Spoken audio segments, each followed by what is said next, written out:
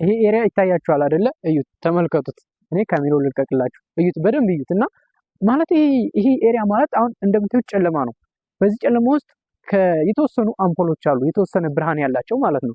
ለምሳሌ ከመሬት ከ10 እስከ 20 ሜትር የሚሆን ብርሃን ሊኖራቸው ይችላል፣ ከመሬት ወደ ላይ ያላቸው ከፍታው ማለት ነው። ነገር ግን እነዚህ አምፖሎች ለራሳቸው አካባቢያቸውን ፈገግ አድርገዋል፣ አካባቢው ብርሃን ሆኗል። ግን ያም ሆኖ በቂ ብርሃን አይደለም፣ የተወሰነ ብርሃን አለው። ለዚህ ላለው ኤሪያ ግን በቂ የሆነ ብርሃን ሊሰጡት አይችሉም። ይህ ጨለማ ማለት እንግዲህ ይህ ዓለም ነው ብያችኋለሁ። አስቡት፣ በዚህ ዓለም ውስጥ ነው ያላችሁት እናንተ ማለት ነው። በዚህ ዓለም ውስጥ ላይ እያላችሁ የተወሰኑ ሰዎች የእናንተን ደስታ ትንሽ ለተወሰነ ቀን ለተወሰነ ጊዜ ደስታ ሊሰጧችሁ ይችላሉ። ለራሳቸው ፈገግ ብለዋል፣ ግን በቂ ፈገግታ አይደለም ፈገግ ያሉት። ፈገግ ማለት በማን ነው? ይህን ጨለማ በብርሃን በሚቀይረው ማለት ነው።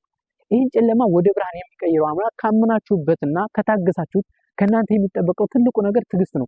ከታገሳችሁት ይህን ጨለማ ወደ ብርሃን እንደሚቀይር ሁሉ የእናንተን ህይወት ከነበር ወዳልነበር አድርጎ ይቀይረዋል ማለት ነው። ስለዚህ አስቡት፣